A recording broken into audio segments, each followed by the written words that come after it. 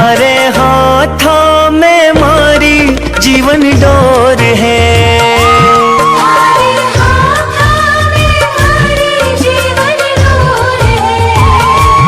थारे आगे ही रोने को मेरो जोर है।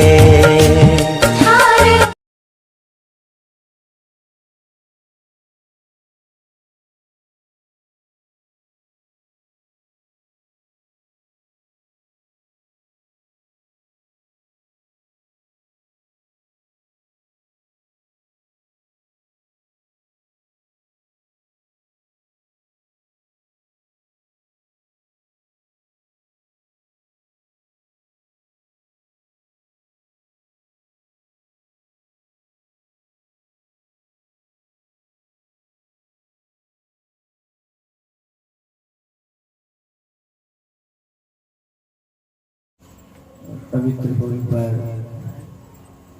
आदिशक्ति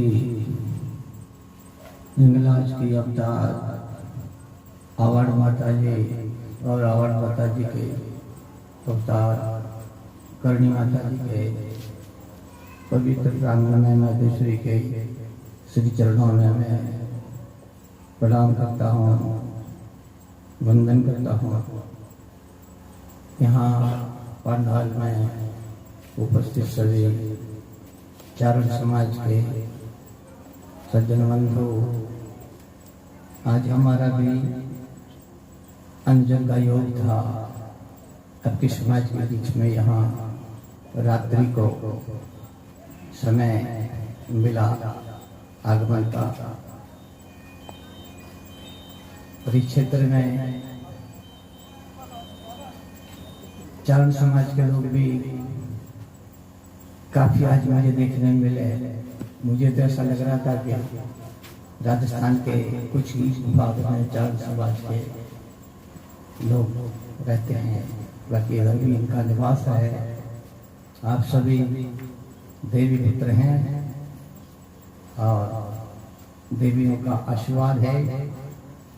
चारण समाज में जगत जननी माँ हिंगलाज आद्यशक्ति ब्रह्मा के कई अवतार और अंश अवतार हुए हैं। चारण समाज का इतिहास आदिकाल से बहुत लंबे अरसे से नाथ संप्रदाय से विशेष रूप से जुड़ा हुआ है। और यहाँ चारण समाज का संपर्क हमारे संपर्क में हमारे भगत गोपाल सिंह चारण गंगावास के रहने वाले हैं, वर्षों से हमारे संपर्क में हैं। उनके थ्रू, उनके द्वारा यहाँ आप लोगों का हमारा संपर्क हुआ है। आप सभी को जय श्री राम देवी, जय माँ हिंगला, जय करणी। अजमेर क्षेत्र में जिस शक्तिपीठ हिंगलाज मातेश्वरी गहरीपुर के स्थान से हमारा गुरु शिष्य परंपरा का 82-84 पीढ़ियों से पुराना हमारा पारंपरिक संपर्क है। और वो नाता है गुरु शिष्य परंपरा में रावल पंथ के अंतिम और प्रथम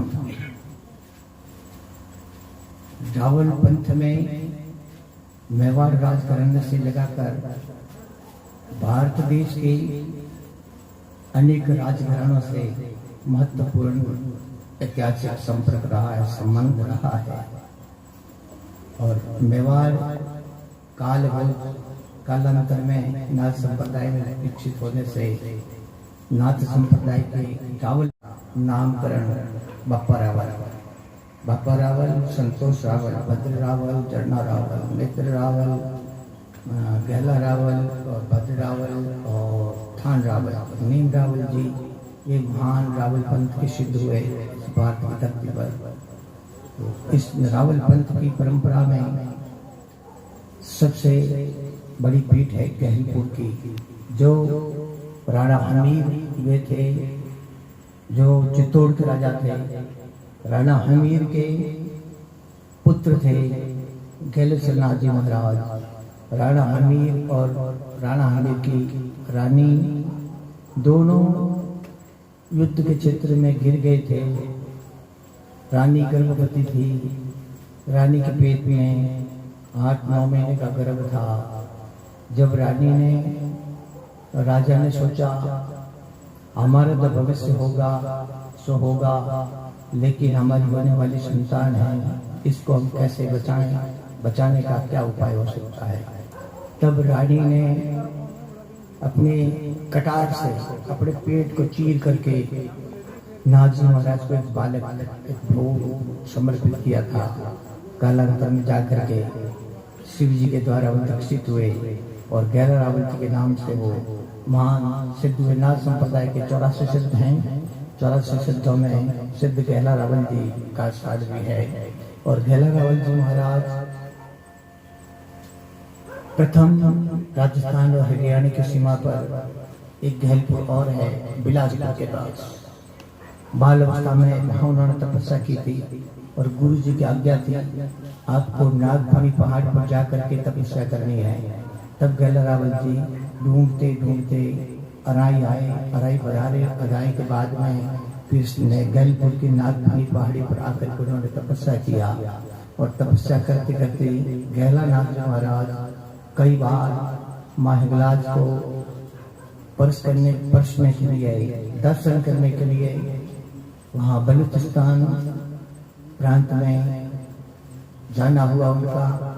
और अंतिम समय में गहला नाथ जी महाराज को रेगिस्तान के जंगल में एक वृद्धा महिला के रूप में दर्शन हुए और वृद्धा महिला ने गहला नाथ जी से आग्रह किया, बेटा आप कहाँ जा रहे हैं। तो गहला नाथ जी महाराज ने कहा, भैया मैं हिंगलाज का दर्शन करने जा रहा हूँ। तब उस वृद्ध महिला ने गहला नाथ जी से कहा, बोले बेटा मैया के दर्शन मैं भी चाहती हूँ, मुझे कौन ले जाएगा। तब गहला नाथ जी ने बोला भैया मैं ले जाऊंगा। तो महिला ने बोला मैं चल नहीं सकती, मैं वृद्ध हूँ, मेरा शरीर कुष्ठ रोग से पीड़ित है और पूरा शरीर रीछ रहा है, तो कैसे ले जाओगे। तो गहला नाथ जी महाराज ने उस महिला को, वृद्ध महिला को अपने कंधे पे बिठा दिया। बोले भैया मैं कंधे पे बिठा के ले जाऊंगा आपको। गहला नाथ जी महाराज कुछ कोस तक चले होंगे। चलने के बाद उस वृद्ध महिला ने उनसे कहा, बोले बेटा तुम रुक जाओ, मेरे शरीर में पीड़ा बहुत हो रही है, मैं कंधे पे बैठ नहीं सकती, मुझे नीचे उतार दो। जब गहला नाथ जी महाराज ने मातेश्वरी को धरती पर उतारा और उस समय मातेश्वरी ने अपने स्वरूप में आकर के अष्टभुजा परमेश्वरी के रूप में आशीर्वाद दिया और आशीर्वाद दे करके उनसे कहा, बोले बेटा अब तुम वहाँ बलूच नहीं जाना है, मैं तुम्हारे साथ चलती हूँ। तब मातेश्वरी गहला नाथ जी के साथ वहाँ प्रस्थान करके उनका आगमन हुआ, पधारना हुआ और वहाँ माता जी की स्थापना हुई। और गहला नाथ जी महाराज को मातेश्वरी ने इस गहलपुर के नागफनी पहाड़ी पर वरदान दिया, आशीर्वाद दिया, बेटा दिन और रात के 8 पहर होते हैं और 8 पहर में एक पहर मेरा यहाँ गहलपुर में हमेशा किसी भी रूप में निवास रहेगा।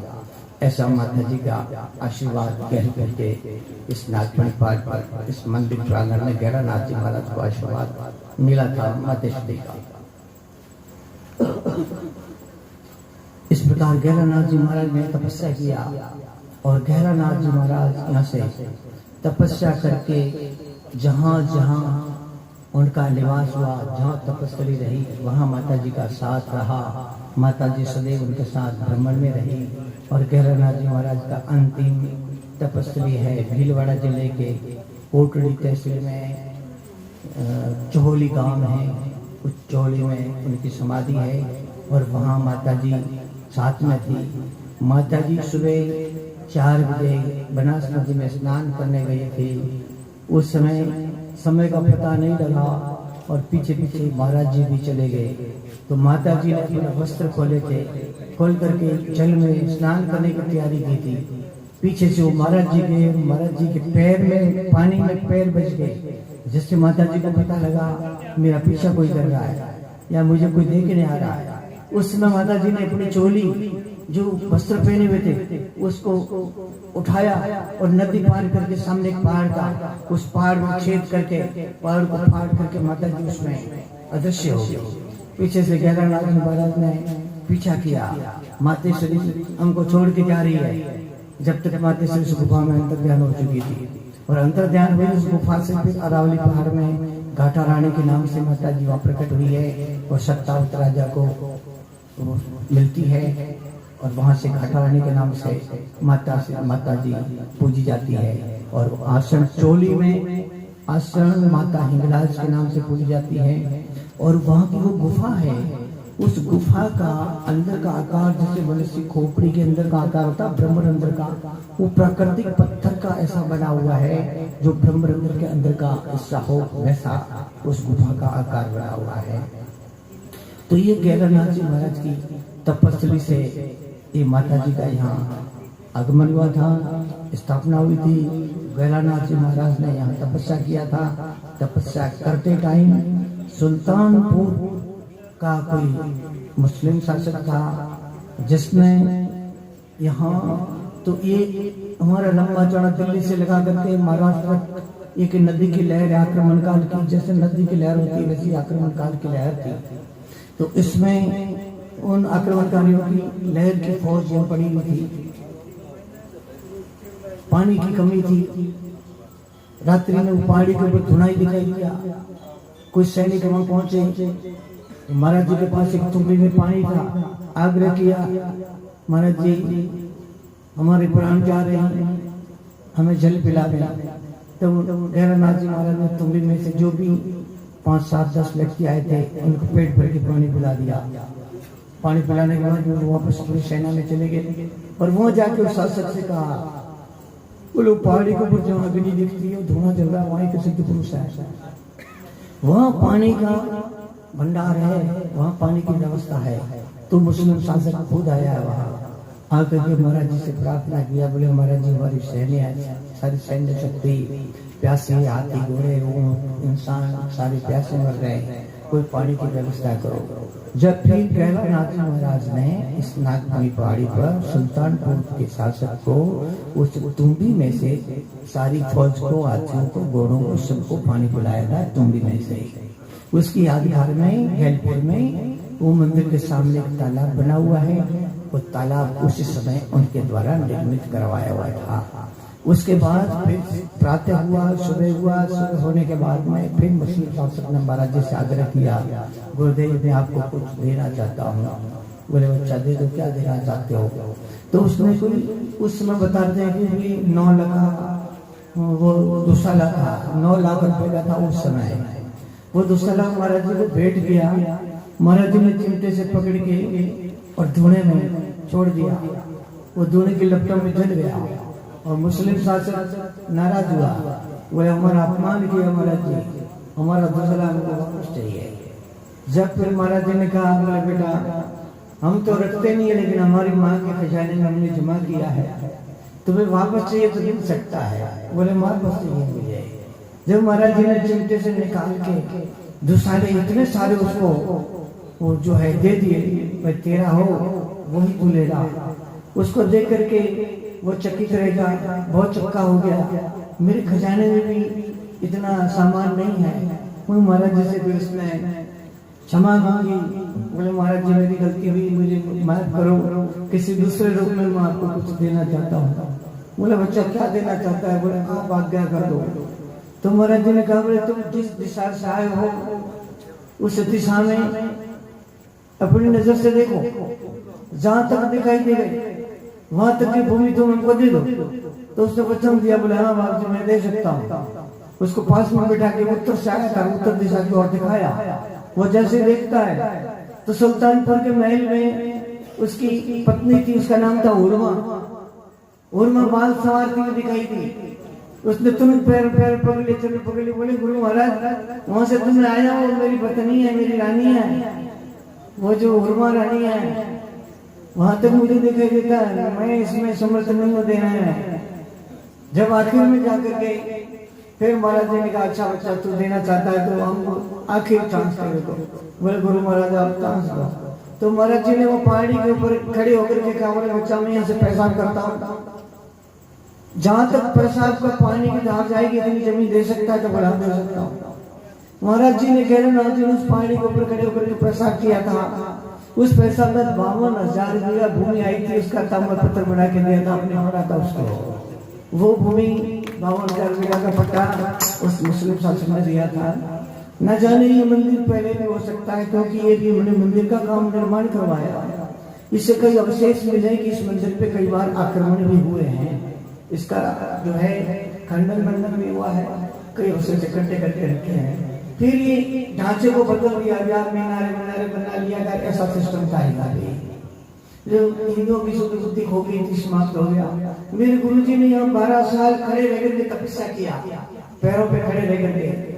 मुझे मेरे गुरुजी बताते थे ये मूर्ति पहले स्थायी रूप से स्थापित की हुई नहीं थी। प्रतिदिन सुबह 4 बजे माता जी को उस स्थान से एक थाली में बिठाते थे, माता जी का स्नान करवा के, बक्सर करवा के उस स्थान पे विराजमान करके फिर माता जी का श्रृंगार करते थे। ये परंपरा थी यहाँ गैलपुर की। तो मेरे गुरु जी बताते थे मैं जब कभी माता जी के चरणे बदलता था तो माता जी के लहंगे में मारवाड़ी के भ्रट आते थे। भ्रट होते हैं ना, वो भ्रट बोले इतने भ्रट में निकालता था। कई बार बोले मेरे हाथ में चुभते थे। जो बोले मैं माता जी से लड़ाई करता था, बोले माँ थोड़ी इतनी की दया नहीं है, मैं तो पुजारी हूँ, मेरे हाथ भी कौन में रोज में कांटा निकालता हूँ, मेरे हाथों में चुभता है, मेरे पे भी दया करना। तो इस प्रकार माता जी का कई चमत्कार रहे हैं, कई लोगों ने चमत्कार सुने देखे भी हैं, लेकिन बाद में पीछे मुड़ के देखते हैं तो कुछ दिखाई नहीं देता है। ये गुरु शिष्य परंपरा की जगह है।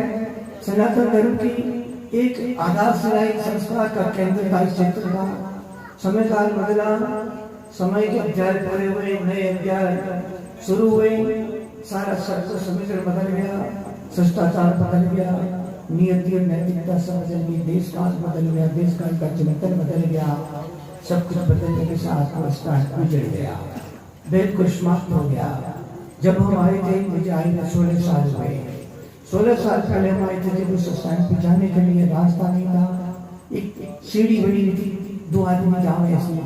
वो सीढ़ी में मेरे गुरु जी ने अलग का आटा, अलग जगह पे ना आटा, वो बस्ती में से आटा मांग करके वो आटे के पैसे आए थे, उस पैसों से वो सीढ़ियाँ बनाई थी जो मंदिर तक पहुंचती थी। मेरे बाबा जी के जाने के बाद में ये स्थान बिल्कुल समाप्त हो चुका। मेरे गुरु जी समा गए थे 2000 में। उसके बाद मेरा यहाँ आना जाना हुआ। आने के बाद इसका धीरे धीरे कार्य शुरू हुआ। तो ये बहुत बड़े पाकिस्तान में रहकर के, वहाँ के बॉर्डर पे रहकर किसी चीज का निर्माण करना अच्छा है, लेकिन ये बहुत बड़ी बॉर्डर खराब खतरनाक डेंजर थी। इसके बीच में आकर के 16 साल में ये आप लोगों के कार्य की पूर्ति हमने किया है। सनातन के जो भी माँ के भक्त हैं और माँ को मानते हैं या सनातन को मानते हैं, माता पिता को मानते हैं या गुरु शिष्य परंपरा को मानते हैं, जो गुरु भक्त हैं, उन सबका रिक्त काम जो था उसकी पूर्ति हमने कर दी है। कैसे किया है वो भगवती जानती है या हमारे गुरु महाराज जानते हैं, मुझे भी पता नहीं इस चीज का। वही जानते हैं कि ये यात्रा यहाँ तक कैसे आई। निर्माण हो गया, सब कुछ हो गया, और निर्माण होने के बाद में ये स्थान देश काल से जुड़ा हुआ है। नाथ संप्रदाय की गैलपुर की तरह पूरे देश में 12 पीठे हैं। 12 पीठों में एक पीठ गैलपुर की है, नाथ संप्रदाय की, गुरु शिष्य उत्तराधिकार की परंपरा की 12 पीठ है। वर्तमान में उन 12 पीठ में एक गैलपुर का स्थान भी मुख्य है। रावण पंथ की गुरु शिष्य परंपरा का श्रीमत का माना जाता है, मुख्य स्थान माना जाता है। तो अब यहाँ तक यात्रा हम ले आए हैं। अब ये आपका क्षेत्र है, आपका सनातन है। अभी आपके क्षेत्र में आपको जगाने के लिए अलग जगाने का कार्य शुरू किया है। पीछे के कार्य को पूर्णता की ओर ले जाना है। 20 फरवरी 2026 शिवरात्रि के जस्ट 5 दिन बाद में पंचमी के दिन मातृश्री के यहाँ प्राण प्रतिष्ठा नई मूर्ति की होगी। प्राचीन मूर्ति है, वो दोनों तरफ से बनी हुई है, आगे और पीछे से, और दोनों तरफ से खंडित है, आभा मंडल नहीं है। नाक का हिस्सा नहीं है, कान नहीं, स्तर नहीं, ये सारी चीजें किसी काल में समाप्त कर दी गई, खंडित मूर्ति है। वहाँ 3 शिवलिंग है मंदिर में, एक नंदी है, मंदिर के नीचे 17 समाधियां हैं और मंदिर के बाहर करीब 17-18-20 समाधियां हैं। समय समाधियों पर शिवलिंगों की स्थापना होगी और माता जी की नई मूर्ति की यहाँ स्थापना होनी है। जो प्रथम माता जी की मूर्ति बनाने के लिए अफ्रीका तंजानिया से हमने एक पत्थर मंगवाया था, ब्लैक हाथी का। उस हाथी के पत्थर की 33 इंच की एक हमने मूर्ति बनवाई। उसके बाद में कुछ हमें शकुन आया, एक मूर्ति और बनानी चाहिए। तो जैसलमेर का लाखारेट ग्रेनाइट आता है, उस लाखारेट ग्रेनाइट में एक मूर्ति और बनवाई। तो ये 2 मूर्तियां हमने बनवा करके तैयार रखी हैं। जो तंजानिया से जो पत्थर लाया वो महिषासुरमर्दिनी का स्वरूप है और लाखारेट में जो बनाया है वो हंसवाहिनी का स्वरूप है। दोनों मूर्ति हमने बना के रखी है और जिस मूर्ति की माता जी आज्ञा करेंगे उस मूर्ति की यहाँ प्राण प्रतिष्ठा होनी है। और प्राण प्रतिष्ठा के अवसर पर मुख्य कार्यक्रम 3 दिन का रहेगा। कार्यक्रम 7 दिन से शुरू होगा। पूरे देश भर से नाथ संप्रदाय के सभी मठाधीश, कुटीचर, रमतेश्वर और आसपास के अन्य संप्रदायों के महात्माओं की भी उपस्थिति होगी और 50,000 लाख पब्लिक भी आने की संभावना हो सकेगी। इन विचारों के साथ लेकर के सभी से अलग जगाना शुरू किया है। इस कार्यक्रम में बहुत बड़ा खर्चा भी है, 7-8-10 करोड़ रुपए का खर्चा भी है और उसके लिए सभी लोग जिनको जो कुछ भी मिलता है, हम कुछ करने की यदि योग्यता रखते हैं तो समय आने पर मौका है, वक्त है, अवसर है, इस पे चुकना नहीं है। हम कितनी सिद्धि कर सकते हैं, प्रमाणित कर सकते हैं, उतनी सेवा तो अवश्य करना है, जुड़ना है। उसमें तन से भी जुड़ना है, मन से भी जुड़ना है और धन से भी जुड़ना है। क्यों आर्थिक रहे, हमारे पास तो व्यापार नहीं है, हमारी कोई दुकान नहीं है। मैंने तो आज तक कभी लाख रुपए इकट्ठा नहीं किया, मेरे से हुआ नहीं है, कभी नहीं हुआ। हमारे पास कोई जमीन जायदाद नहीं है। यदि हमारे पास होता तो हम आपके पास अलग जगह नहीं आते। इसके लिए जमाबंदी, इस सनातन के सभी लोग, आप हमारा धन है, आप हमारी जमाबंदी है। समय आने पे अपना जरूर परिचय देना और इसमें देश काल से जुड़े हुए कुछ विशेष लोग भी आएंगे, कुछ घराने भी, राजघराने भी आएंगे। हो सकता है आप सबकी कोशिश रहेगी, आप सबकी कोशिश के आगे प्रस्ताव हमारा रहेगा।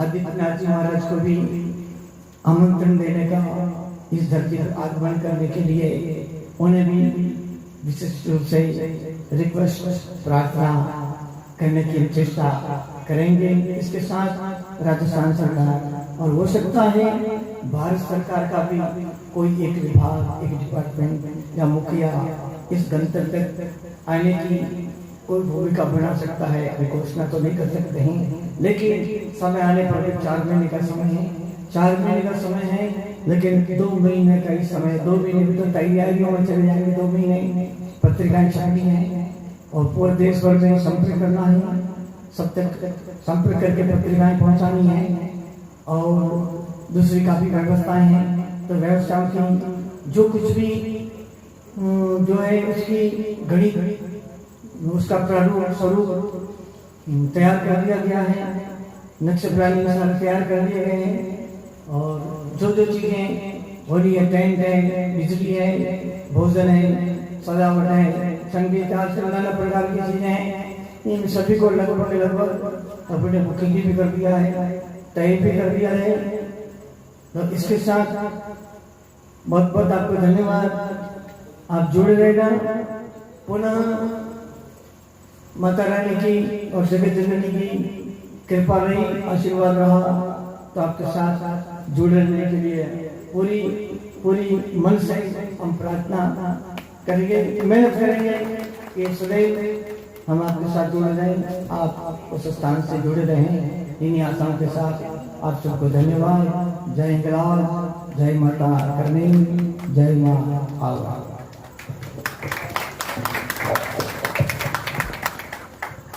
आभार महाराज श्री, कृतज्ञता व्यक्त करता हूँ।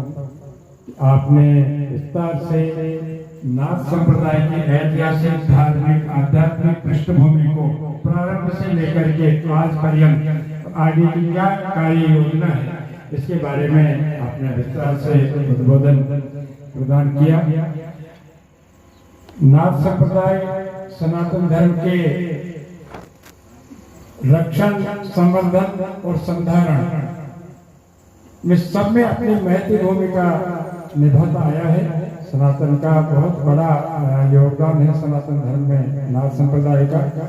और एक में निवेदन विशेष तौर से करना चाहता हूँ, चारण समाज यहाँ विराजमान है, तो जो 84 सिद्ध हुए हैं, उन 84 सिद्धों में से एक अलुनाथ जी कविया, वो शरीर चारण शरीर से थे और 84 सिद्धों में उनकी गिनती होती है। नागौर जिले में जसराना गांव है, वहाँ उनकी समाधि बनी हुई है और आज भी बड़ी इस क्षेत्र में मान्यता है। 84 सिद्धों में उनकी गिनती होती है। तो मेरा निवेदन ये है कि जिस समाज में आज आपने अनुग्रह किया है, इस समाज का नाथ संप्रदाय से बहुत पुराना संपर्क है।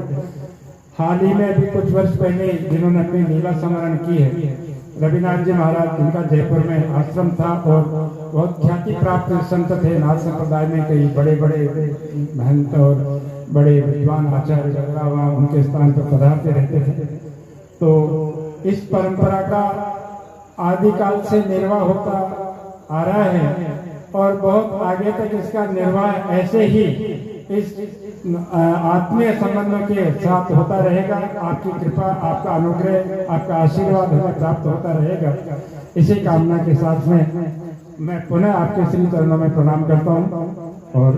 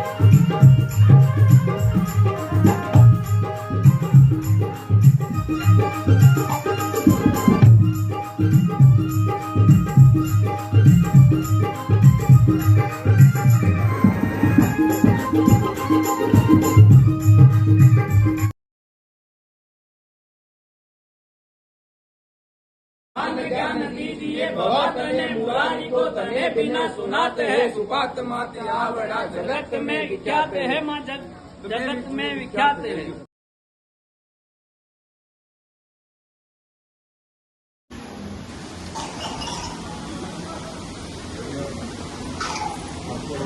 ज्ञान दीजिए भवातने मुरारी को तने बिना सुनाते हैं सुपात माते आवड़ा जगत में विख्यात है माँ जगत में विख्यात है।